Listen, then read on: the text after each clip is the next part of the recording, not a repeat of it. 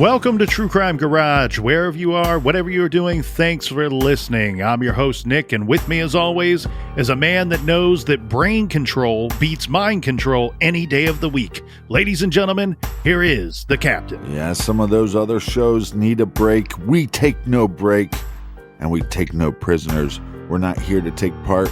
We're here to take over. It's good to be seen and good to see you. Thanks for listening. Thanks for telling a friend.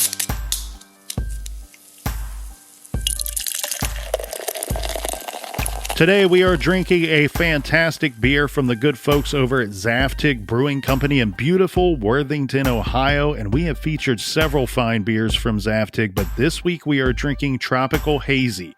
This is a juicy, tropical, hazy pale ale infused with passion fruit, orange, and guava. Garage grade 4 3/4 bottle caps out of 5. So 4.75 out of 5. So nearly perfect here, Captain. And let's give some cheers to our nearly perfect garage friends. First up, a big cheers to Joe Wong in Midlothian, Virginia. And a big shout out to Chelsea in Burlington, North Carolina. Next up, we have a cheers to Tiffany from the Copacabana on the beautiful central coast of New South Wales, Australia. Cheers. And a big we like your jib to Giovanni in Sparks, Nevada. Next up, we have a big cheers to Leslie in Dublin, New Hampshire. And last but certainly not least, everybody, we have a big cheers to Brett Baldwin in the parts that remain unknown. Everyone we just mentioned, they went to our website, which is truecrimegarage.com, and they clicked on the beer fund and helped us out with this week's beer run. And for that, we thank you. Yeah, make sure you wash your parts. BWRUN, beer run. Thank you so much. Can't thank you enough. Could give you hugs and kisses for keeping the garage ship afloat. Thank you so much for donating to the beer fund. And for everything true crime, check out truecrimegarage.com. And Colonel, that is enough of the business. All right, everybody, gather around, grab a chair, grab a beer. Let's talk some true crime.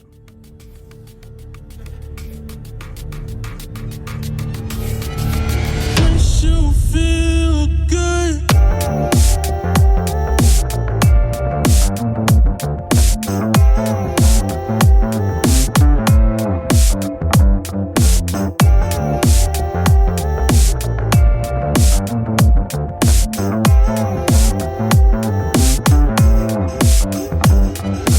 Makes you feel good. All right, as we are entering 2022, I'm hoping this is the best year ever. I don't see why it wouldn't be.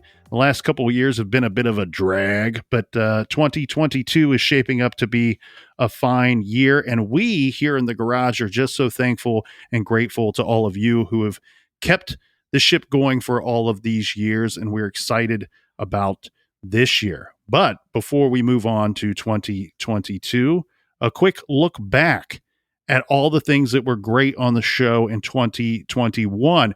Longtime listeners know that we've done this a couple of times where we will review the year, and I believe once or twice we've even reviewed the show as a whole, over 500 shows, over 600 if you start counting off the record, where we review some of our best shows that we've done, in our opinion, our humble garage opinions of the best shows that we've done in the last year. So I never thought we'd get to 500. Well, I never thought that anybody would need to hear us say what we thought our best shows were of the year, but there's a whole Reddit thread on best true crime garage shows of by year and by all time. And so here we are. We're going to give the good people another list to discuss. So if you haven't heard us do one of these before, the way we do it is we each pick 5 shows that we did or 5 series that we did from the previous year.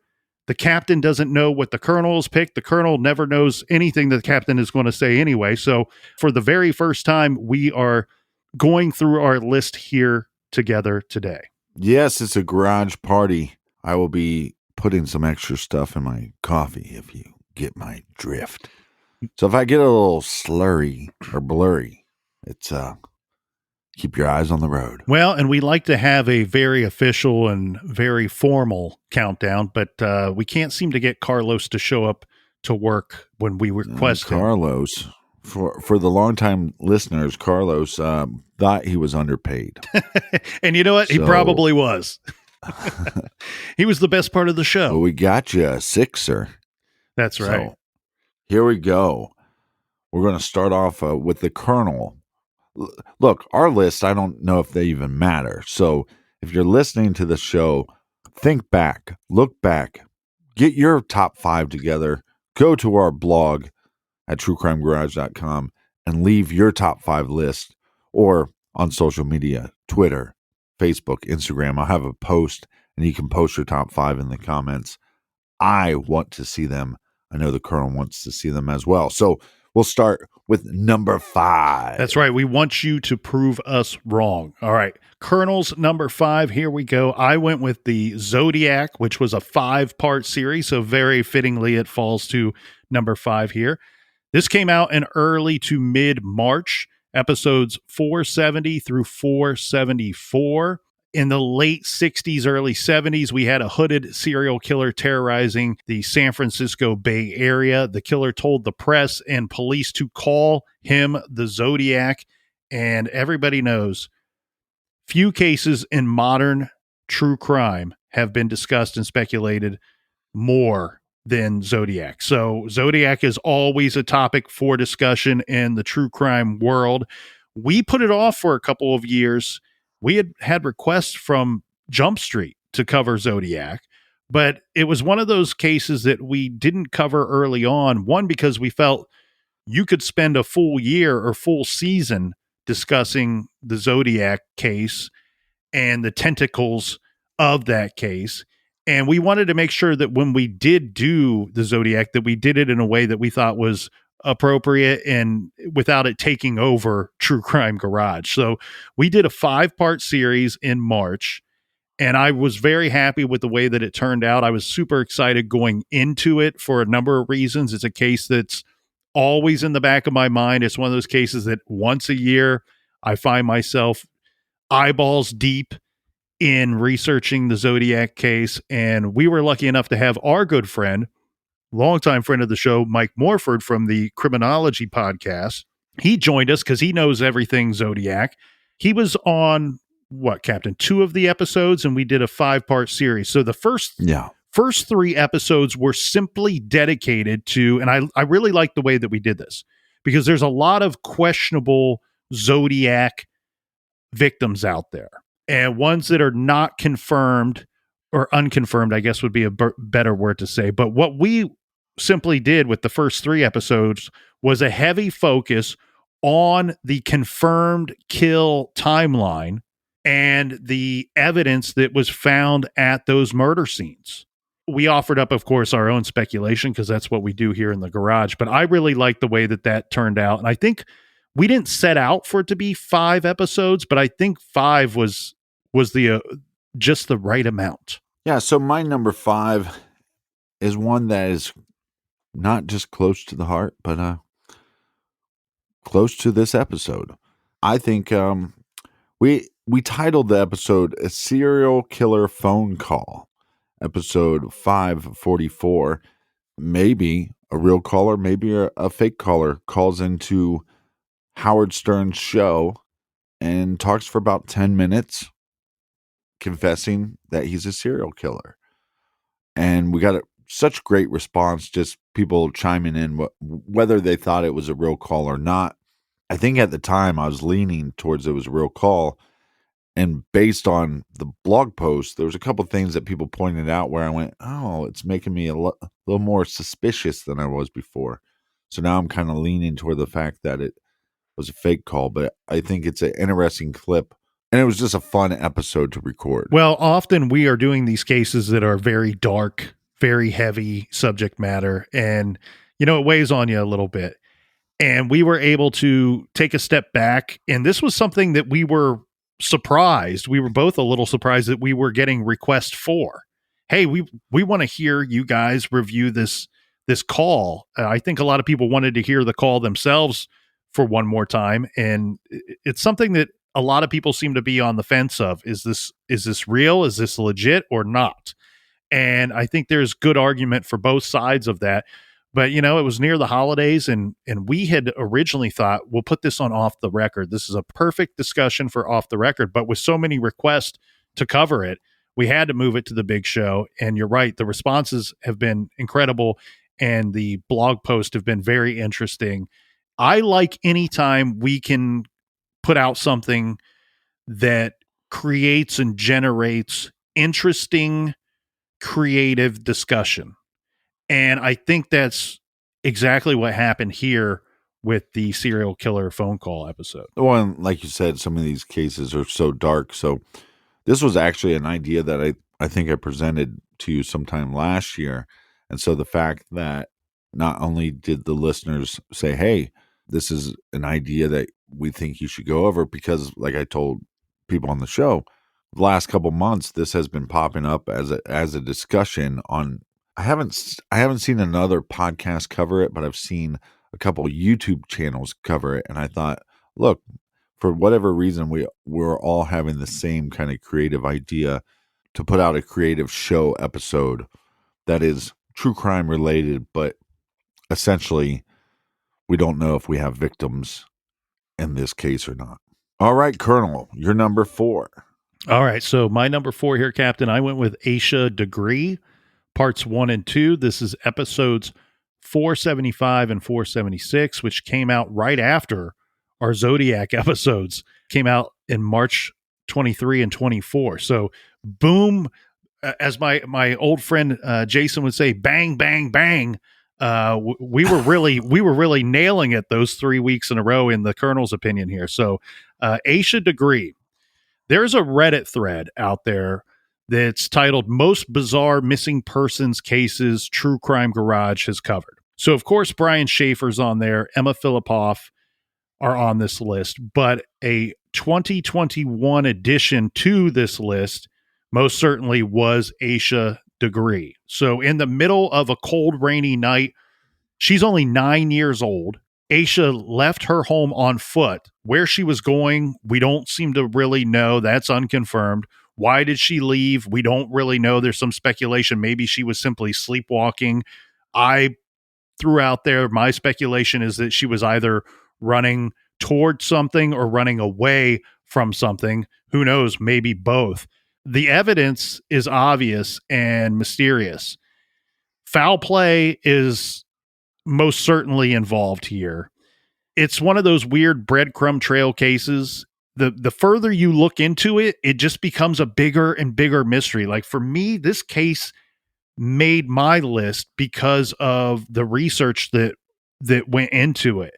And I'm not trying to pat myself on the back. What I'm saying is the interest level for me was an 11 on this thing, right? Once I started looking into it, the captain brought it up, said, hey, have you heard of this Aisha Degree case? And I said, I've heard something about it, but I don't know it very well. He goes, I think this is a must cover. And I looked it up and I was like, this is a really short story. I don't know how much stuff is here. And then I started looking into it and diving into it. And it's very fitting that it is on that list of most bizarre missing persons cases that we have covered, because it is certainly just a strange, weird case where there are breadcrumbs, but it's hard to make heads or tails of what that evidence is and where it's supposed to lead you. Well, this year, 2021, I became friends with 2 great true crime minds, Brett and Alice from the Prosecutor podcast. Met them. We had a long discussion with Maggie Freeling. It was supposed to last an hour. I think we recorded about 5 hours. But Brett and Alice actually reached out to me and said, look, this Aisha Degree case, we covered it. There doesn't seem like there's a lot of meat on the bones, but if you dive in, there's a lot there. Will you guys please cover it? Because with your audience, you can get this information out there. And because there was a picture that was found that nobody's ever identified the person or the girl in the picture, they thought with our platform that maybe we could do some good. So one, it was great to meet them and become friends with them through them suggesting this case. And it was one of the first times the history of our show where another podcast had reached out to us and said, look, I know we covered this case, but please look into this because you might be able to do some good. And that's also the reason why Aisha Degree is my number 4 as well. Oh, wow. We both hit both of our lists and at the exact same spot. That's super interesting. And yeah, you're right. The prosecutors, great people. And when they reached out and said, hey, would you guys take a look at it? And would you put it on your show? I love getting that because it's not just, hey, all right, we have a new friends of the show, but we have allies, right? These are our allies. They want the same things that we want. They want the same things that our audience wants. And it's not just to review these cases and talk about them, but maybe do some good along the way. And this is a bizarre case. It's one of those ones that when you hear about the case or read about the case, you start saying to yourself, why isn't this a more well-known case? Because it's just simply fascinating and very, very unsolved mysteries. Like, if you wanted to put a stamp on something, I think that would be appropriate here in Aisha's case. Well, and also with more and more people starting true crime podcasts, we started just to see if we could do it. Then once we realized Turns out there we is a can. platform, yes, or maybe we Maybe we can't. We're still practicing for the we're going to find out in the next show. 500 episodes. You want to get into it for the right reasons. If you're sitting at home going, I'd love to start a true crime podcast so I can get more Twitter followers or I can be famous or something. I just don't think that's the right reasons. Do it because these victims have stories that need to be told. These cases need help. They need attention brought to them. The more attention brought to the case, the more chances that the case can be solved and more pressure that's put on prosecutors and law enforcement to not forget about these cases and not to forget about the people, the victims in these cases. Brett and Alice, they're prosecutors. They don't have a lot of time on their plate and they put a lot of effort into putting out great quality content. So it's just, again, great meeting them and it's been great to work with so many. I mean, from CrimeCon UK to a lot of the podcasts in the States, to feel like you're working together.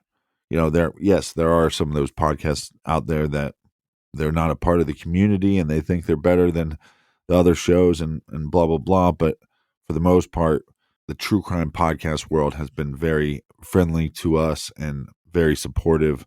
And so I think this shows because, like you said, to have this case on a list and have people talking about it on the internet, hopefully they get some movement in the case. Well, and that's a good reminder there, Captain, and something that we remind ourselves and feel the need to remind, people that are tuning in as well, that these are real life cases. These are true stories, obviously, but they're someone's tragedy. They are someone's nightmare. They are someone's heartbreak. And we can tell these stories and we can listen to these stories and we can read about them, but we need to make sure that we are always keeping in mind the human element, the real life element of these cases. And another reason why this Aisha Degree case made my list too was we develop a bit of a thick skin, maybe we become a little rough around the edges because we are looking at this stuff all week long, every week after week. But this was one of those cases that got to me. They don't all get to me, and I don't have any understanding why some cases will get to me and others won't. But in this case, I certainly did, because what I couldn't shake, I couldn't get it out of my mind. And for a whole week, every time I closed my eyes, what I was seeing was this little girl, 9 years old, walking in the cold, in the dark, and in the rain by herself along the roadside. And my freaking heart just broke every time. Like I wanted to become, God make me an angel so I could have just swooped her up and who knows? I mean, again, she could have been sleepwalking, but let's toss that out for a second. Let's say if she was not sleepwalking, that is a powerful, powerful thing to have a 9-year-old walking in the dark. Kids don't like the dark. Nobody likes the rain and the cold. She's out walking by herself in the middle of the night along a country road. I cannot and will not ever pretend to understand the magnitude of that situation, nor what her emotions were and why she's putting herself in this situation. And that's something that was just too powerful for me to shake. I couldn't shake it, and it breaks my heart thinking about it now. Well, surprise, surprise. The captain is going to disagree with you. And hear me out on this. Maybe I'll get you to change your mind. Yes, we look into these dark cases every week. There's real life victims. We sometimes are talking with the families of those victims. I don't think it's made me a tougher individual. I think it's actually made me more sensitive to the subject, really understanding the human element of it and just the podcast in general. I mean, we're going to do that live event in February, and anytime we do a live event to meet our listeners, it's a humbling experience. So I almost feel like the whole, not just diving into the cases, but the whole podcast experience has made me a little more grateful to just wake up every day. And also just the abusive situations that a lot of these victims are in before the actual murder takes place. I get what you're saying, where it could make you a little rough around the edges, but I actually think it's made both of me and you more sensitive people. So we both have the same number 4. That was Aisha Degree Parts 1 and 2. Episodes 475, 476 came out in March of 2021. For any of you listening that have not already heard those episodes or want to go back and listen to them again, that should help you in your search. So for my number 3 here, I have the Yogurt Shop Murders 30 Years Later, which we covered on November 30th and December 1st. And we were covering those 30 years later at that time period that week, because later that week would be exactly 30 years later. Those are episodes 539 and 540. And this is one of those cases that you review and you're just shocked. I'm in complete shock and almost disbelief here that 30 years later, this has not been solved. You know, if you know the case, you understand why. There's certainly been plenty of speed bumps along the way. Part of that being that they actually convicted 2 individuals of being involved and committing these homicides. This is a quadruple homicide case that took place in 1991 in Austin, Texas, at an Austin yogurt shop. It's one of the most infamous cases in Texas history, in my opinion. And despite the efforts of the Austin Police Department, it, as said, remains unsolved 30 years later. Well, this is a great pick. I actually kind of forgot about this case because this is the second time we're covering it. When you suggested that we put it on the list because of the anniversary, which I don't think maybe that many listeners understand, there's a lot of times the schedule is lining up with anniversaries of cases, and that's all due to your work. So I applaud you there, partner. But great case. And the second time around, when you suggested it, I was like, oh, we already covered this case. But the second time around, I found it way more interesting. It's a very fascinating case. If you haven't listened to those episodes, not only should you listen to those episodes, but go look up some of the diagrams that people have online about the shop. You can do some deep dives into that case. So very nice pick. Well, and you're right. It was one that we did have an off mic discussion of, well, really, should we cover this again? Because I think we both felt the same way, that we were pretty thorough in covering it the first time around, which was in 2017, I believe. It was episodes 81 and 82. And I do think that even though we devoted 4 episodes to it and really 4 years apart, splitting them into pairs there, I think you could listen to all 4. They're very different episodes, and we kind of shaped them differently. Unfortunately, when a case is unsolved for 30 years and it hits that 30-year marker, it's a good time to remind everybody that, hey, this thing is not solved. We had 4 young people lose their lives, and they were terrorized for about 45, 48 minutes that night in Austin. It's a good reminder. I know Austin didn't need a reminder. This is a case that is on the hearts and minds of Austinites. Are they Austinites? Is that what we call them? The great people of Austin. And this is a case too that is, again, it's one of the most infamous cases in Texas history. So it's one of those cases that the whole state of Texas yearns for, and it's one of those that needs to have some justice. It seems like there's meat on the bone here, that they do have some evidence that could lead to understanding and pointing to exactly who is responsible for this. I believe it's more than one perpetrator. If I had to pick, just based off of the evidence and what the crime scene shows us, it seems to support 2 or more offenders. This too, Captain, is one of those cases where I think a couple years ago we did a unsolved cases that we've covered that are, I can't remember what we titled it, if it were solvable or ones that if you could solve, if you could make a list, but you could only put so many on there of cases that would be solved. This case was certainly in that discussion, and this is a case that has fascinated me throughout the decades and will continue to fascinate me even when they do solve it.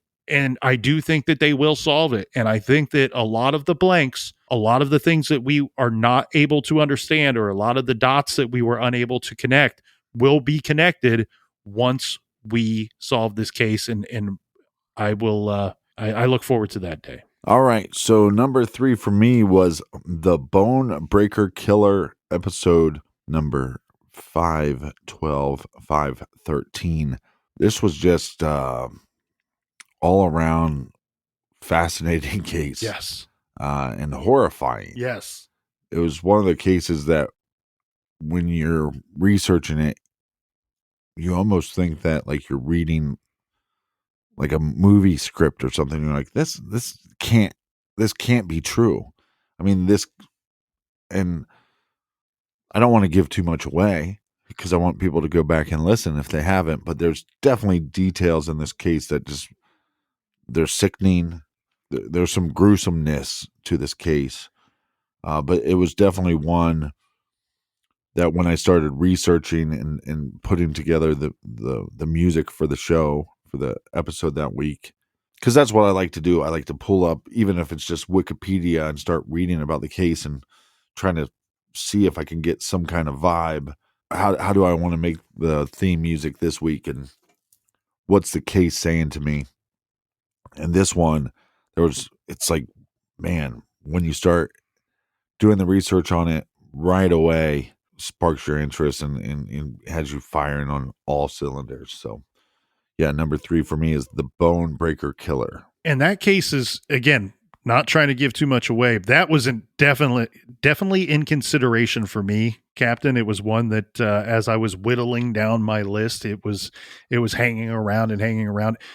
Truly fascinating.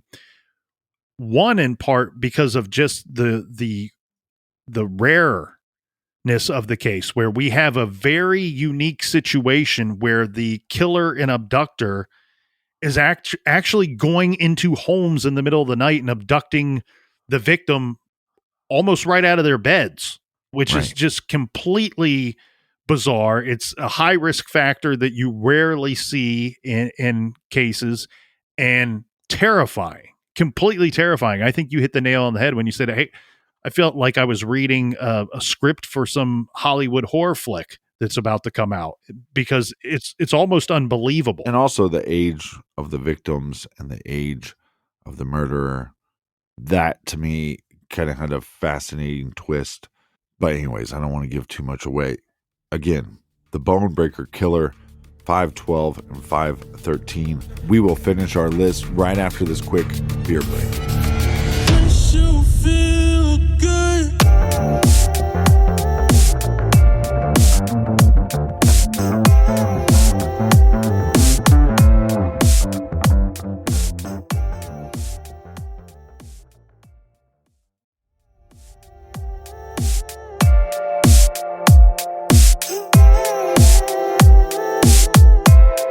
All right, we are back.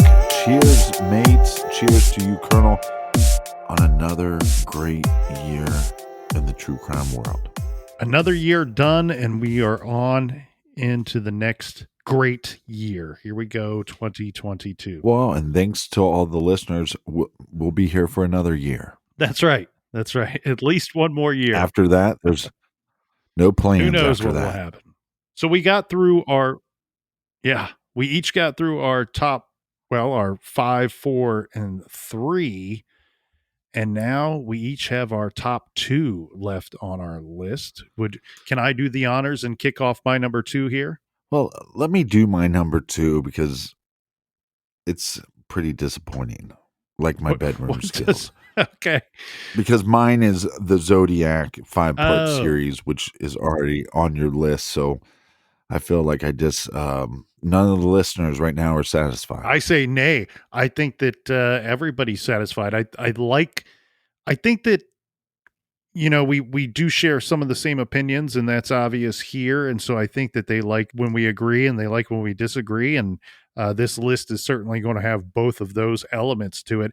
I was trolling around the old internet this weekend, and I did come across, and I should have wrote it down, but I did not. But there was a website that said that we had the best Zodiac podcast of 2021. Obviously this is a case I'll this is a take it. case that's been covered a lot. And so we're not claiming, nor is this website claiming that we have the best Zodiac podcast of all time. But they didn't say the it headline wasn't. I saw said best Zodiac podcast 2021. Again, I should have wrote that down. But hey, throw in the caveat there too, Captain. Maybe we're the only ones that covered it last year. If you're the only ones, then you're the best. Well, a couple reasons. One, not to toot my own horn, but I think it's one of my favorite musical themes that I did this year.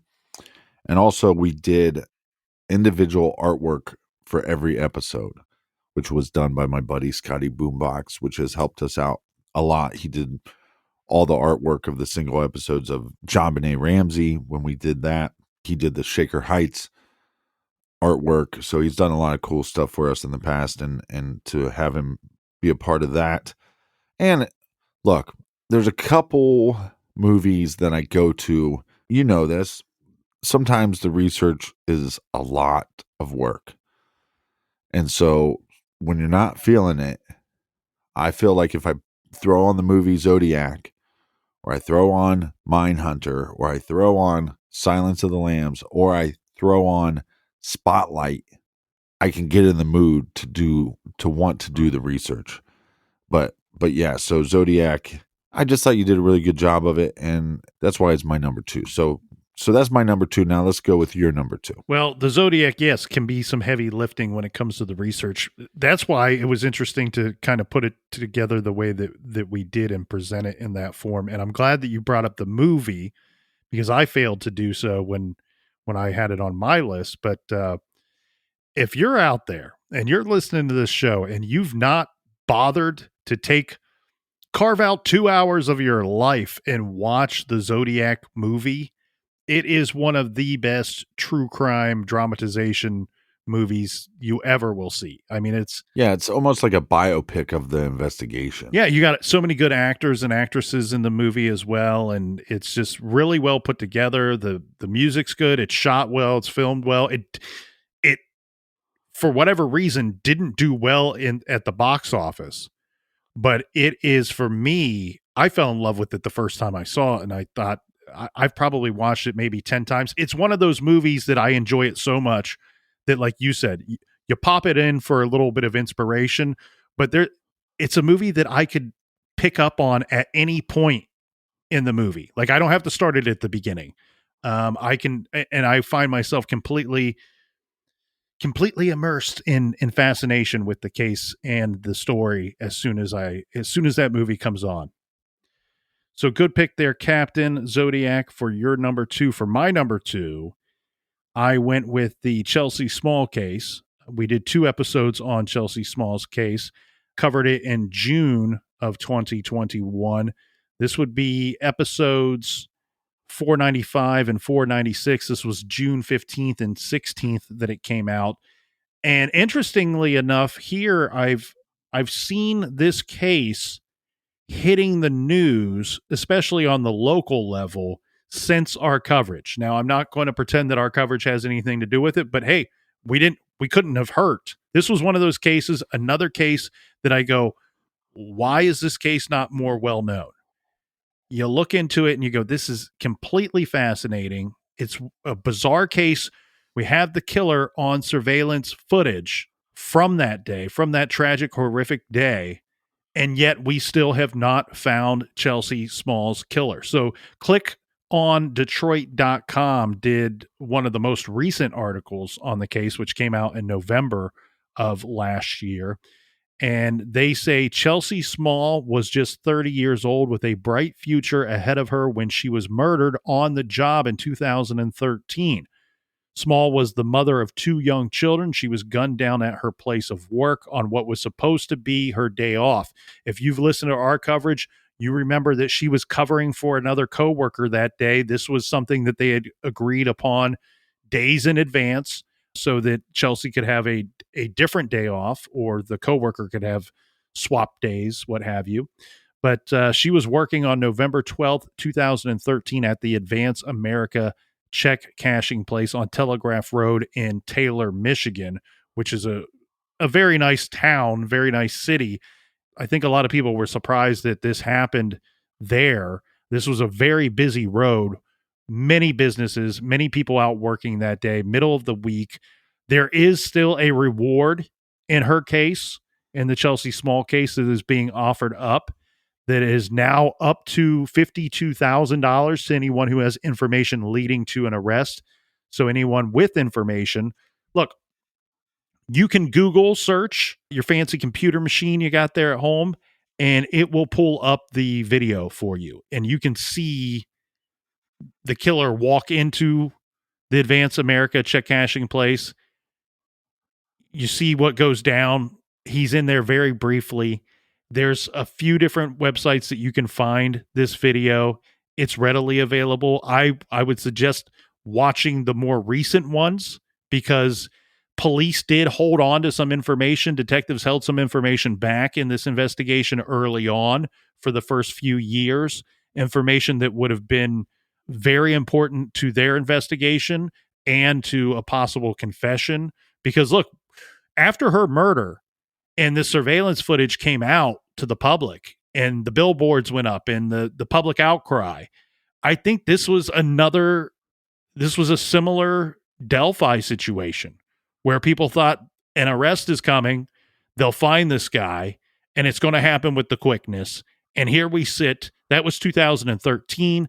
We are kicking off 2022. We still do not know who killed Chelsea Small. Another very interesting angle in this case, too, is I referenced this when we covered it, that there's a small possibility here that this case, and I think it should be included in the discussion for the I-70 killer. We covered the I-70 killer case back in 2020, and the Chelsea Small case, this was not a case that I was even aware of.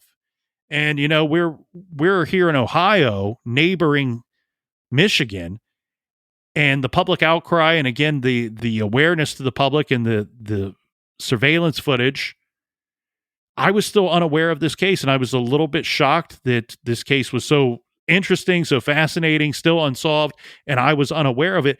The way that it came onto my radar here, Captain, was somebody emailed the show and said, you guys did a good job covering the I-70 killer, which was one of my favorite episodes or coverage from 2020. Often when we cover these cases, especially an unsolved serial killer case, we will get a lot of people coming out of the woodwork saying, you know, I think this guy could be the guy. I think this is the best suspect. And here's why. I love receiving the emails, keep them coming, but I got to say, most of the time, the people that are suggesting the suspects that have been presented those times to us, not really good suspects.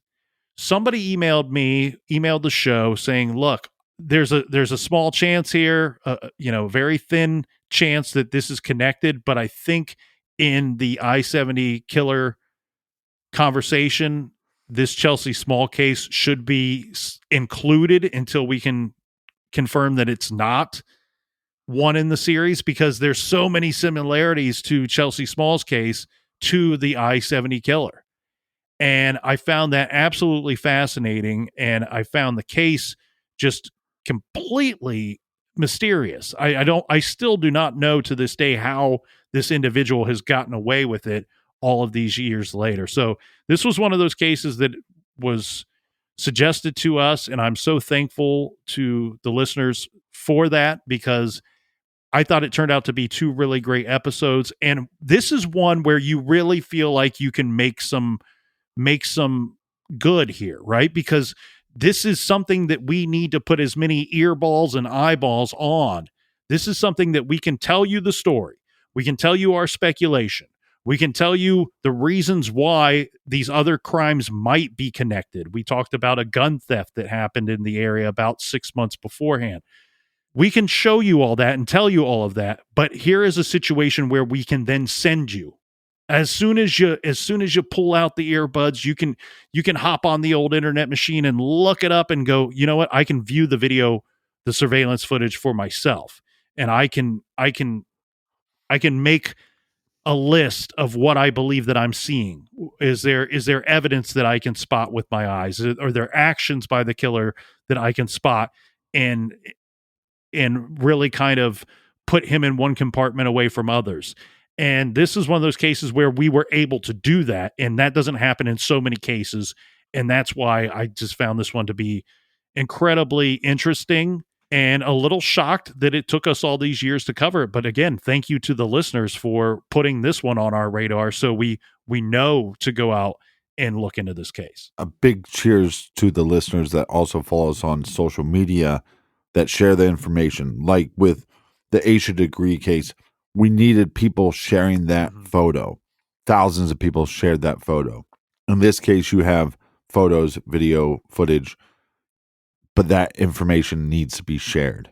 It's one thing to discuss it, but that's what's so great about the true crime community, and what's so great about our listeners is they realize it's not just information and entertainment, that there is something that we can do. The power is in our hands if we share the information enough that we might get good leads. And we have been contacted several times and talked to several family members of victims where after the show, law enforcement is getting new leads, and can't thank you enough. Well, and this is one of those cases too where we need to make sure that we throw out big ups to the Taylor Police Department, because this is a case that they have told us.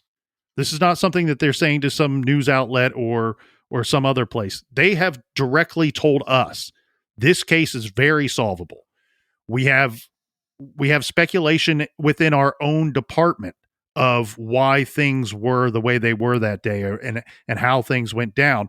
But that aside, every one of the detectives that have laid eyes on this case and done the, pounded the pavement and done the legwork on this case have all said the same thing. This case is extremely solvable. They all believe that it will be solved, and the break may come from the public. So when we decided to cover it, it was really nice of them to be so forthcoming and sit down with us and talk with us about the case and give us some information on the case to maybe, again, maybe it hits the right earballs. Maybe we send the right eyeballs to watch the video, and that is how this thing is going to get solved. Again, a young mother, her whole life ahead of her. She was 30 years old. She was just really starting off and making her way in this world. And it's just a tragic, horrific event that went down. And it seems like just such a senseless, random act of violence that has very little explanation. And the Taylor Police Department, again, big ups to them for taking the time to speak with us at length about the case kudos to them for the good work that they're doing on the Chelsea Small case. It's that time. Again, I don't know if our list matters so much. It's us patting ourselves on the back, but I want to hear from the listeners what your top 5 is. So make sure that you go to our blog and tell us what your top 5 of the year, and maybe throw in there maybe a case suggestion, maybe something that we haven't covered that we can try to get to in 2022. So my number 1. Now this is kind of weird because I think you have to put these together because we did the Tylenol murders, which was 480 and 481, but that kind of goes into the Unabomber case, which would be episodes 482 and 483. So I'm putting them together, even though we didn't put them in a part 1, part 2, part 3, part 4 series. That's essentially what they are. Yes, and we did that on purpose. We had planned that well in advance. We both wanted to cover the Unabomb case, and we both wanted to cover the Tylenol murders case. And we had them slated for last year when we were going into 2021. We just didn't kind of know when we were going to cover them. And I'm not going to lie, I don't think either of us, as much as we wanted to cover the cases and as much as we thought they were fascinating, interesting cases, we knew that it was a kind of a big undertaking. They're both very big cases with a lot of information out there, especially Unabomb, because it is solved. But there is some speculation, and it always will be until the Tylenol murders case is solved, that these two could be connected, because a bomber and a poisoner are similar in MO. And if somebody could have pulled off, well, not if somebody could have pulled off, we know somebody did pull off the Tylenol murders. Ted Kaczynski was certainly capable of that. So when we reviewed it from that angle, and it's not, I wouldn't say that we released them this way because we believe that theory, just that we agree that that theory is interesting and there is some credibility to it. So we thought this was an interesting way of putting them out and putting them out back to back. But again, then knowing, oh, right, we're going to have about 3-4 weeks of a lot of heavy lifting on 2 very, very big cases. Correct me if I'm wrong, Captain. You're saying both of those were 2-parters. I remember when we were putting together the shows in both of those cases, both of them felt like they could have gone 3 or 4 parts. Just really, again, really big cases. And I'm really glad that we put them out back to back like that. I'm going to pat myself on the back, do a little flicky. I did. I wasn't oohing for that, but go ahead. Oh yeah, you were. Know what you were going to say for that. Yeah, or maybe it was no, I just like the music. So some of them come to me easier. Sometimes they're a little more work, but there's so many things that I like about doing the show, and obviously working with you. But one of the perks is take the JonBenet Ramsey case, O.J. Simpson case, Delphi murders. Now here, Zodiac, Unabomber, cases that you might have had glimpses into throughout your life, but you never took a deep dive. And that being a part of what we get to do. You know, sometimes it feels like we have to do, and then sometimes it feels like we get to do. And especially, like I said, with like watching Zodiac as much as I have, to finally take a deep dive and kind of really wrap your head around the case and why are so many people fascinated? Why is there?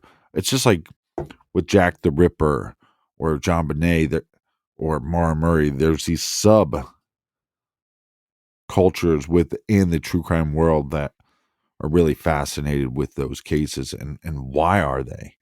And to really get to uncover that. And I'm glad that you paired those together. You know, you might have 1 or 2 weirdos sitting at home going, well, the captain kind of cheated here. I don't think so, because I share the same opinion. Like when I was trying to whittle down my list here going into today, those two cases were in strong consideration. The issue that I kept running into was I felt like if I included one, I needed to include the other as well.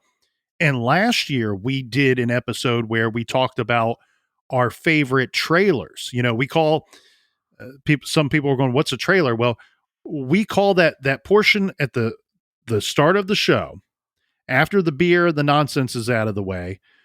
When we say we're going to talk some true crime, we go to the captain's music. We go to the colonel trying to do his best young Robert Stack version of myself.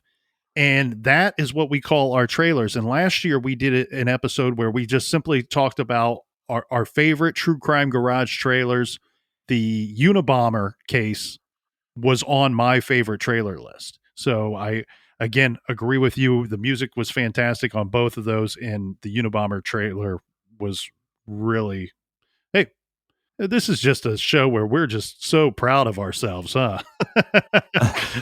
People are annoyed. They're like, Well, you we're not guys think you're so great. Why don't you shut up already?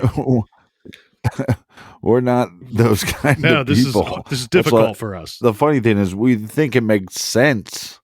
The formula makes sense. Hey, let the audience know what we thought were or let the audience into our minds of which cases we enjoyed putting out the most this year. But we are not these kind of people. We just want to move on to the next case and keep it going. But we didn't want to take a break. Other shows are taking a break. I stand by that. We didn't take a break. Now we might take some breaks next year. Well, and it's I stand by the fact that we didn't take a break. it is a this little week. bit of fun for us, though, too, to do these kinds of shows where we can relax a little bit. They're a little more chill. They're a little more fun for us. It's a garage party, like you said, Captain. And, you know, with Yes. coming off of Christmas week, you don't want to be too knee deep in the research and dancing in the blood too much, right? It's a time for family and friends and love and happiness, and sometimes true crime, as the listeners know, can get in the way of that. So I'm very happy that we could do this episode here today, and as you said, not take the week off. But for my number one, so that will lead me to my number one here, and I went with one that was from very early in the year of 2021. In fact, it came out the last week of January and the first week of February. It was a 4-part series. I I really enjoyed putting these together, and I thought they turned out fantastic. And I'm talking about When the Demons came out, parts 1 through 4. That's episodes Yeah. 459, 460, 461, and 2. Now, this was something that I had wanted to do on the show for quite some time. And really what When the Demons came out is, and the reason why it is 4 parts, is it's kind of a mashup of several cases, Ohio cases in the early 80s. And some of them are connected and some of them are not. Some of them are cold cases, some of them have been solved. But it was an interesting way to kind of mash them up and put them together, because in the early 80s, there was something very frightening that was going on in Ohio. And unfortunately, this was going on in other states as well. But there was a bizarre string of child abductions and murders that hit Northeast Ohio and Central Ohio roughly all at the same time. We took a deep dive into those old cases. Again, some of them cold, some of them solved. And one thing that really perturbed me, and Captain, you know this, and longtime listeners know this, one thing that I cannot stand that bothers the hell out of me, and I don't pretend to be perfect. I know that I get things wrong. I'm batting 1,000 on getting about 2 or 3 things wrong a week, whether it's mispronouncing someone's name or just saying some dumb thought that came to mind.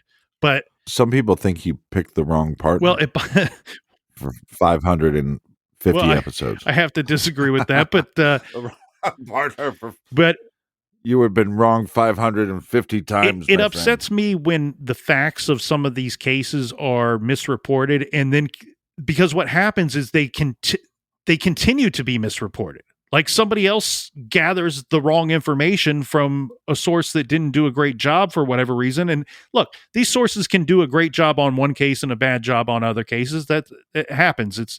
We're not saying everything that they do is junk, but one thing that upset me for the longest time was that on Wikipedia, They had said that Robert Buell, who was a known serial killer in the state of Ohio, killed Kelly Ann Prosser. And that was simply not the truth. Her killer was discovered through DNA many years later.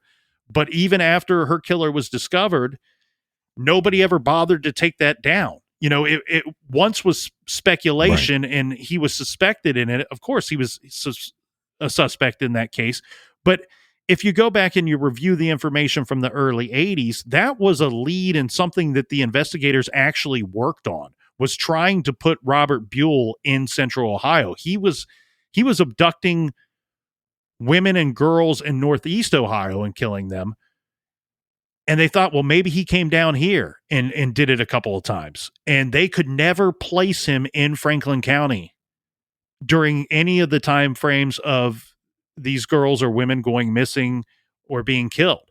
And so that was certainly something that they looked into. And for whatever reason, almost 40 years later, it still sat there on Wikipedia that he was a suspect in Kelly Ann Prosser's case, or it's believed that he was the killer, when in fact we learned that he was not. So if you haven't listened to those episodes, those were my favorite of the year.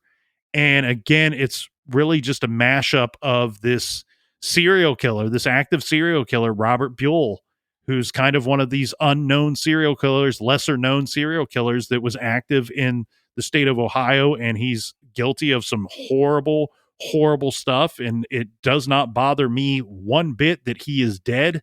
The state of Ohio killed him in 2002.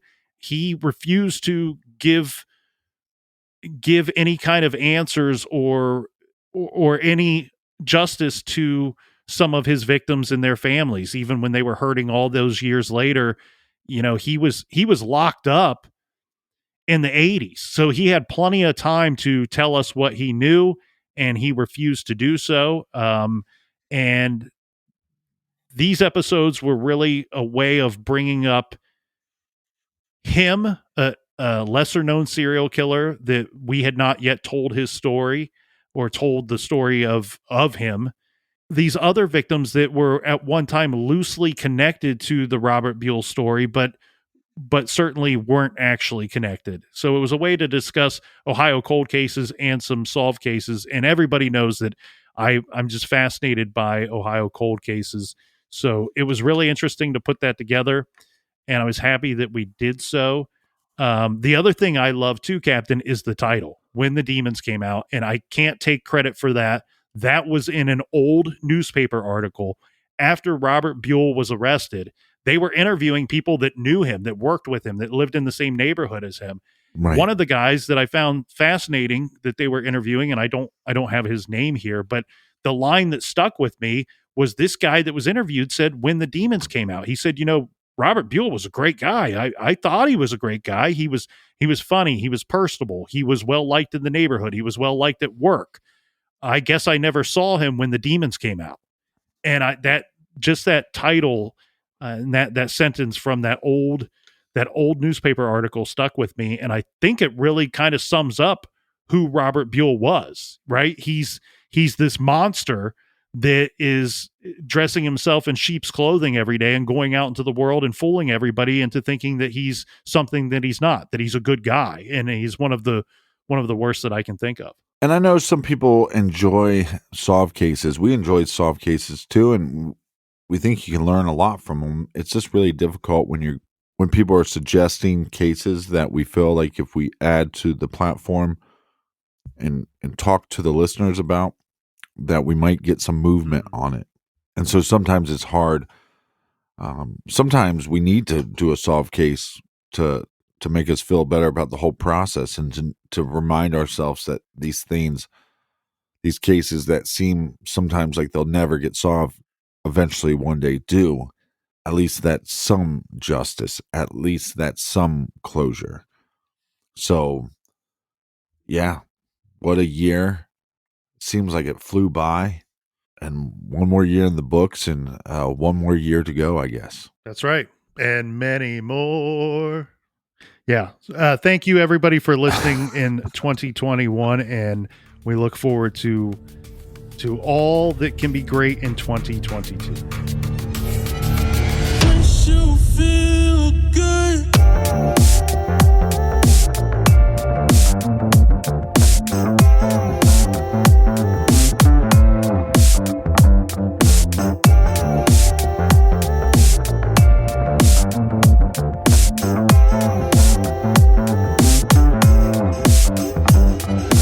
Makes you feel good. So many great memories with you guys this year, 2021. I look forward to so many cases being solved in 2022. Colonel, do we have any recommended reading for the beautiful listeners? Yes, but only for the beautiful listeners. If you're not a beautiful listener, you can just check out right now. We will be recommending this week A Killer by Design, Murderers, Mind Hunters, and My Quest to Decipher the Criminal Mind by the great Anne Burgess. And for those of you that have been longtime listeners or even recent listeners, you may go, "What, Colonel, you recommended that in December of last year." Well, you're right, and I'm recommending it again just in case you didn't pay attention. That is A Killer by Design by Anne Burgess. And the reason why we're recommending it again is the off the record listeners know that very recently we just released a conversation that I had with the great Anne Burgess. So make sure you check out her new book and check out our other show, Off the Record. It's available on Stitcher Premium. If you want to find out how you can listen for free, I believe for a whole month for free, to Off the Record and dozens of other great shows on Stitcher Premium, go to our website, truecrimegarage.com, and you'll find the link there. Yes, and until next week, be good, be kind, and don't litter.